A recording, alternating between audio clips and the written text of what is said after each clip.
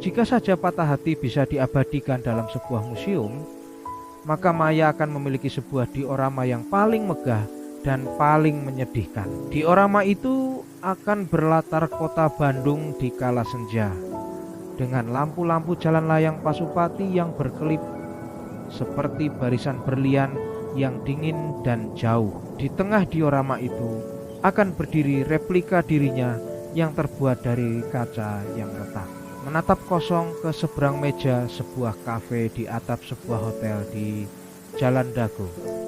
Di kursi yang kosong di hadapannya akan ada sebuah gema, sebuah bayangan dari pria yang selama 6 tahun telah menjadi poros bagi seluruh semestanya.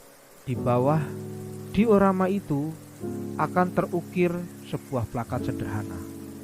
Maya 28 tahun. Kehilangan seluruh masa depan dalam satu pengakuan. Tapi Patah Hati tidak memiliki museum. Ia hanya memiliki ruang-ruang hampa di dalam dada. Koridor-koridor sepi di dalam pikiran yang tak henti-hentinya memutar ulang kenangan yang sama, mencari-cari di mana letak kesalahannya. Ia adalah hantu yang tidak kasat mata, namun bebannya lebih berat dari Gunung Tangkuban Parahu. Dan malam ini, di tengah udara Bandung yang dingin menusuk tulang, Maya merasa seperti sedang dikubur hidup-hidup oleh beban itu. 6 tahun 2190 hari, seluruhnya terhapus dalam satu tarikan napas. Lenyap seperti kabut pagi yang disapu matahari di Lembang. Kisah ini bukanlah tentang bagaimana ia jatuh cinta. Kisah ini adalah tentang bagaimana ia belajar untuk bangkit setelah cinta itu sendiri menghancurkannya hingga menjadi serpihan debu yang tak berarti. 6 tahun yang lalu, Bandung adalah saksi bisu dari lahirnya sebuah mimpi. Maya adalah seorang gadis yang berbeda.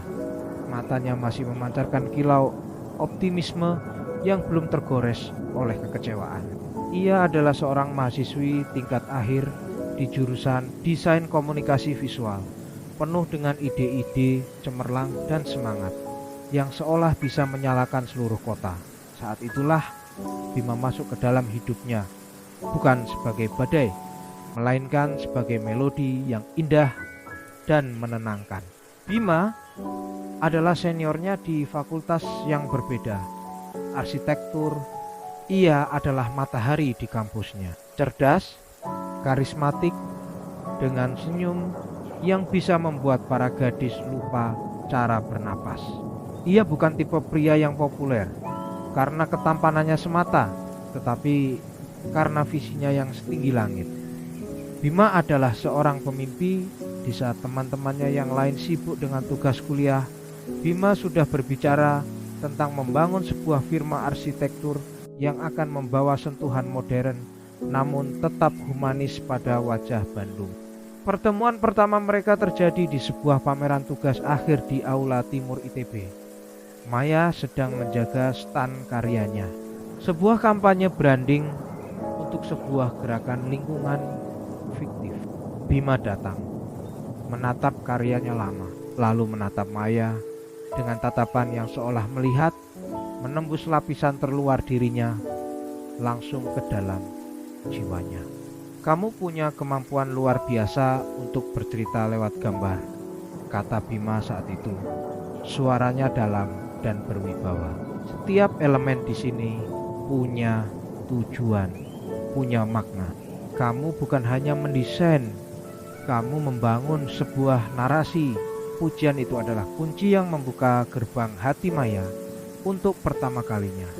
Seseorang melihat karyanya, persis seperti apa yang ia rasakan saat membuatnya. Sejak hari itu, dunia mereka mulai bertaut. Percakapan mereka mengalir dari desain ke filosofi, dari seni ke mimpi. Bima akan bercerita tentang gedung-gedung ramah lingkungan yang ingin ia bangun di Bandung Selatan. Dan Maya akan mendengarkan, matanya berbinar, menambahkan ide-ide visual yang brilian ke dalam mimpi-mimpi Bima. Mereka adalah pasangan yang ditakdirkan bersama, begitu pikir semua orang. Dua jiwa kreatif yang saling mengisi, saling melengkapi. Setelah lulus, mereka memutuskan untuk membangun mimpi itu bersama. Bima, dengan keberanian yang nyaris nekat, menolak tawaran bekerja di firma-firma besar di Jakarta. Ia ingin membangun kerajaannya sendiri di kota yang ia cintai. Dan Maya, yang baru saja menerima tawaran pekerjaan bergengsi di sebuah agensi periklanan ternama. Tanpa berpikir dua kali melepaskan kesempatan itu, "Aku percaya sama kamu, Bim," bisik Maya. Suatu malam saat mereka duduk di Punjlut, menatap lautan, lampu kota Bandung yang terhampar di bawah mereka. "Aku akan ada di sini bersamamu, dari batu bata pertama hingga puncak menara tertinggi yang kamu bangun." Bima memeluknya erat di tengah udara malam yang dingin. "Kamu adalah fondasiku, Mei. Tanpamu, semua ini hanya akan menjadi gambar tak berarti di atas kertas." Dan Maya percaya. Ia percaya dengan segenap jiwa dan raganya. Ia tidak tahu bahwa dalam sebuah bangunan, fondasi adalah bagian yang selalu terkubur paling dalam, tak terlihat oleh siapapun, dan seringkali dilupakan keberadaannya saat bangunan itu sudah berdiri megah. Ia menjadi mitra tak terlihat di Bima Cipta Kreasi. Siang hari ia bekerja sebagai desainer grafis. Lepas untuk menghidupi mereka berdua, malam harinya ia menjadi manajer keuangan, admin, dan bahkan petugas kebersihan untuk firma rintisan Bima.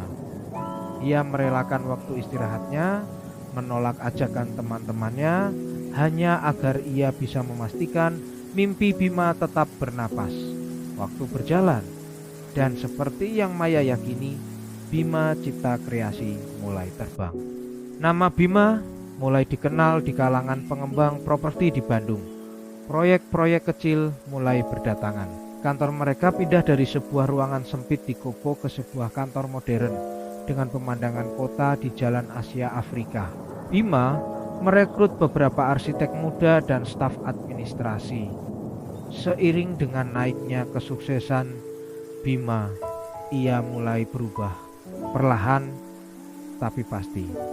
Dulu, setiap keputusan kecil selalu mereka diskusikan bersama di warung cuanki favorit mereka. Kini, Bima seringkali mengambil keputusan sendiri, dan Maya baru mengetahuinya setelah semua terjadi. "Aku lupa kasih tahu kamu, sayang. Kemarin sibuk sekali, rapat sampai malam," adalah kalimat yang semakin sering Maya dengar, menjadi sebuah lagu latar yang sumbang dalam hubungan mereka. Pembicaraan tentang pernikahan yang dulu menjadi topik hangat yang selalu membuat mereka tersenyum, kini selalu ditanggapi dengan helaan napas panjang oleh Bima. Suatu malam, setelah menghadiri pernikahan sahabatnya, Rina, Maya mencoba mengangkat topik itu lagi. "Lihat Rina tadi, cantik banget ya Bim," pancing Maya. Saat mereka dalam perjalanan pulang, melintasi jalan Braga yang basah setelah hujan. "Kapan ya giliran kita berdiri di sana?" Bima tidak langsung menjawab. Ia hanya fokus pada jalanan di depannya yang berkilauan. "Sabar ya Mei, aku belum siap." "Belum siap?" tanya Maya. Hatinya sedikit mencelos. "Apanya yang belum siap? Firma kamu sudah stabil. Kita sudah bersama 6 tahun, Bim." Justru karena itu, nada suara Bima sedikit meninggi, sesuatu yang jarang ia lakukan pada Maya. "Firmaku baru mulai stabil. Aku baru saja dapat proyek besar, sebuah resort di kawasan Ciwidey. Ini proyek yang akan menentukan masa depan perusahaan. Aku tidak mau pikiran kita terpecah oleh persiapan pernikahan yang ribet. Aku mau kita menikah dengan layak, bukan dengan sisa-sisa tenaga dan pikiran. Kamu ngerti kan?" Logika Bima terdengar masuk akal, tetapi hati Maya merasakan ada sesuatu yang salah. Setiap kali ia mendekati garis finish, Bima seolah memindahkannya lebih jauh lagi, seperti fata morgana di tengah gunung. Namun, cinta membuatnya memilih untuk percaya. Ia kembali menelan kekecewaannya, meyakinkan dirinya sendiri bahwa penantian ini akan sepadan dengan hasilnya. Bima mulai bergaul di lingkaran yang baru, lingkaran para pengembang kaya, para sosialita Bandung, dan para pejabat kota. Luna sering diajak, tetapi ia selalu merasa seperti figuran dalam film yang dibintangi Bima. Ia merasa seperti ornamen yang dipajang, tetapi tidak pernah benar-benar menjadi bagian dari cerita. Ia mulai merasa kecil, wanita yang dulu menjadi mitra. Diskusi Bima yang sepadan kini terasa seperti aksesori yang ketinggalan zaman. Untuk mengimbangi itu, ia bekerja lebih keras lagi. Ia mengambil beberapa proyek sampingan, menabung lebih banyak, berharap suatu hari nanti saat Bima akhirnya siap, ia bisa mempersembahkan tabungan itu dan berkata, "Lihat, aku juga bisa membantumu." Ia tidak sadar bahwa usahanya untuk membantu justru semakin dipandang sebagai tekanan oleh Bima. Di saat itulah sebuah nama baru mulai sering muncul dalam cerita-cerita Bima, Alina. Tadi aku rapat dengan pihak bank. Kebetulan ketemu Alina di sana. Dia ternyata kepala bagian kredit korporat yang baru, cerita Bima suatu malam. Baik banget orangnya. Sederhana, meskipun jabatannya tinggi. Dia bilang, dia lebih suka menghabiskan akhir pekannya dengan mendaki gunung daripada nongkrong di kafe mahal di Dago Pakar. Ada nada aneh dalam cara Bima mengucapkan kata sederhana. Sebuah penekanan yang seolah ditujukan untuk menyindir Maya yang baru saja minggu lalu mengajaknya mencoba restoran baru yang sedang hits di Pascal ke-23. Nama Alina terus muncul dalam percakapan mereka, seperti sebuah iklan yang disisipkan berulang-ulang. "Alina tadi titip salam buat kamu. Alina itu orangnya penurut banget ya. Apa kata orang tuanya selalu diikuti. Bersama Alina itu rasanya damai. Tidak ada tekanan apa-apa. Setiap kali nama itu disebut, hati Maya seperti disayat sembilu." Bima secara halus mulai membangun sebuah perbandingan yang kejam. Di satu sisi ada Alina, wanita sederhana, penurut, dan damai. Di sisi lain ada dirinya, yang di mata Bima kini mungkin tampak sebagai wanita yang rumit, ambisius, dan penuh tuntutan. Padahal tuntutan satu-satunya yang pernah Maya minta adalah sebuah kejelasan status hubungan mereka. Maya merasa dirinya mulai gila. Ia mencoba mengubah dirinya. Ia berhenti bertanya tentang pernikahan. Ia mencoba menjadi lebih sederhana. Ia menolak ajakan teman-temannya untuk pergi ke kafe. Memilih untuk memasak di rumah, berharap Bima akan menghargainya. Tapi semua itu terasa sia-sia. Bima tetap jauh, terbungkus dalam dunianya sendiri yang semakin tak tersentuh. Puncaknya adalah saat Maya menemukan sebuah kotak blue kecil berwarna biru tua di laci mobil Bima. Secara tidak sengaja, saat ia mencari tisu, jantungnya berdebar kencang. Dengan tangan gemetar, ia membukanya. Di dalamnya ada sepasang cincin pernikahan yang indah, berdesain minimalis namun elegan. Harapan membuncah di dadanya, mengalahkan semua keraguan yang selama ini menghantuinya. Apakah ini saatnya? Apakah Bima akhirnya akan melamarnya? Ia menyimpan kembali kotak itu dengan hati-hati. Hatinya dipenuhi kegembiraan yang meluap-luap. Ia menunggu. 1 hari, 2 hari, 1 minggu. Bima tidak mengatakan apa-apa. Sementara itu, ia semakin sering lembur atau meeting di luar kota. Maya, yang tidak tahan lagi dengan penantian yang menyiksa, memutuskan untuk bertanya. Ia memilih Lembang sebagai tempat pertemuan mereka. Sebuah kafe dengan pemandangan kebun teh yang menghampar hijau. Tempat yang penuh kenangan. Di sanalah bertahun-tahun yang lalu Bima pertama kali mengatakan bahwa ia ingin menghabiskan sisa hidupnya bersama Maya. Aku menemukan ini di mobilmu, kata Maya, meletakkan kotak beludru itu di atas meja di antara mereka. Ia mencoba tersenyum, mencoba membuat suasana menjadi romantis dan penuh kejutan. Bima menatap kotak itu, dan ekspresi wajahnya bukanlah kebahagiaan, melainkan kepanikan yang teramat sangat, seperti seorang terdakwa yang dihadapkan pada bukti kejahatannya. Mai, ia tergagap, tidak mampu menyelesaikan kalimatnya. Ini untukku kan? Tanya Maya. Suaranya mulai bergetar. Firasat buruk mulai merayap di hatinya. Kamu akhirnya siap kan, Bim? Bima tidak bisa menatap mata Maya. Ia menunduk, menatap cangkir kopinya yang sudah dingin. Dan kemudian ia mengucapkan kalimat-kalimat yang menghancurkan seluruh dunia Maya hingga menjadi debu. Maafkan aku, Mei, bisiknya. Suaranya nyaris tak terdengar di tengah semilir angin Lembang yang sejuk.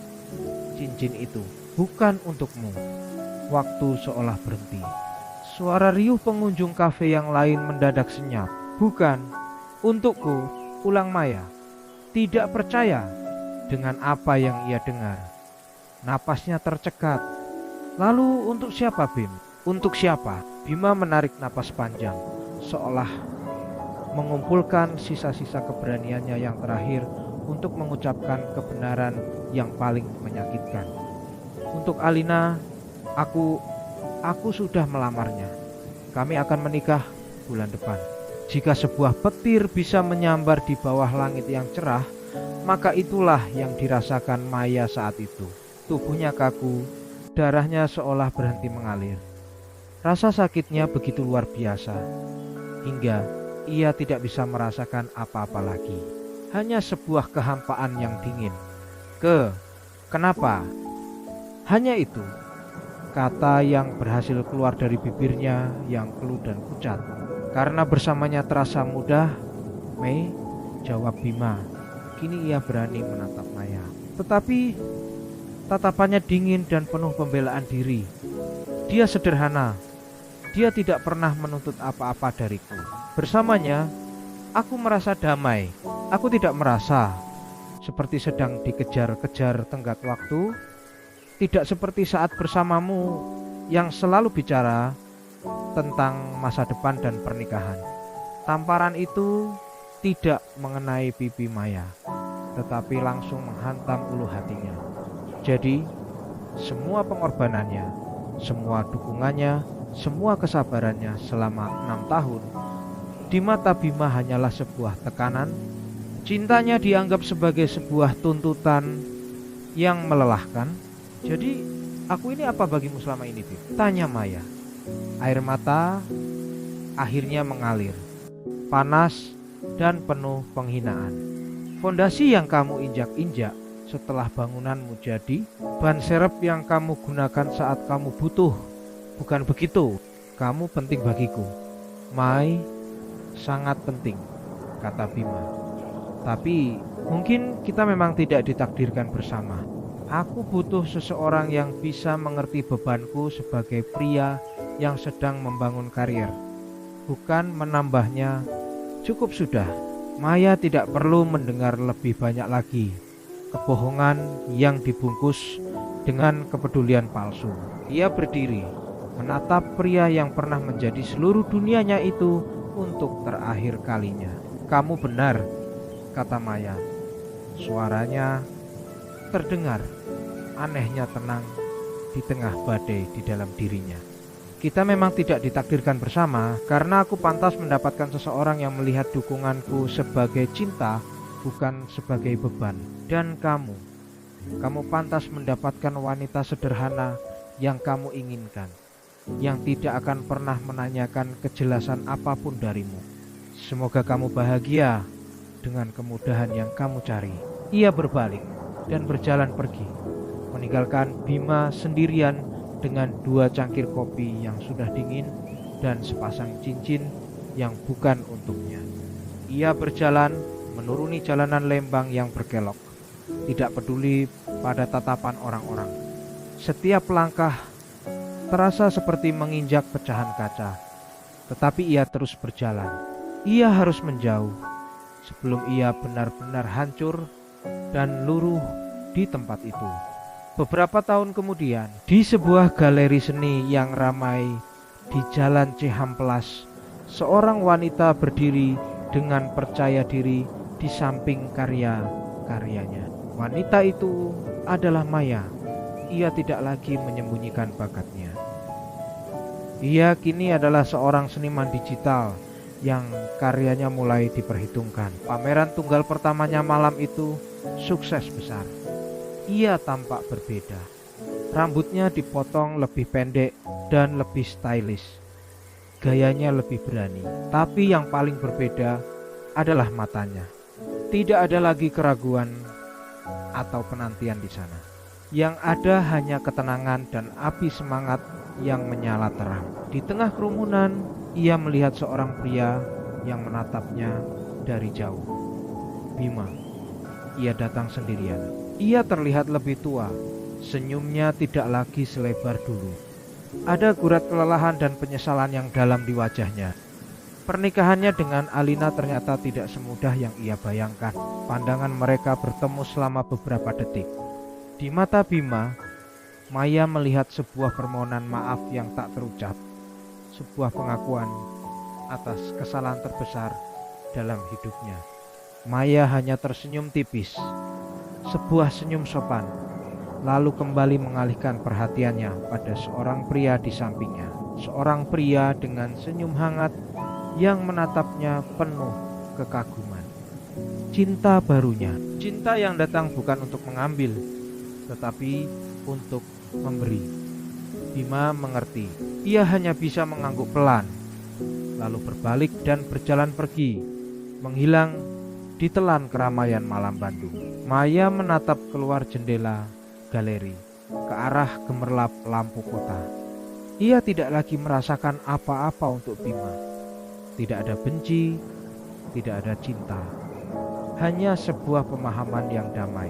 Terkadang cinta yang dikhianati bukanlah sebuah akhir dari dunia. Itu adalah sebuah detoksifikasi jiwa. Sebuah proses pembersihan yang menyakitkan yang diperlukan agar kita bisa siap menerima cinta yang lebih sehat, cinta yang lebih pantas kita dapatkan. Garis waktu yang dulu terhapus, kini telah ia tulis ulang dengan tinta emas kebahagiaannya sendiri. Dan kali ini, ia adalah satu-satunya arsitek dari takdirnya, membangun sebuah masa depan yang fondasinya adalah cinta pada dirinya sendiri.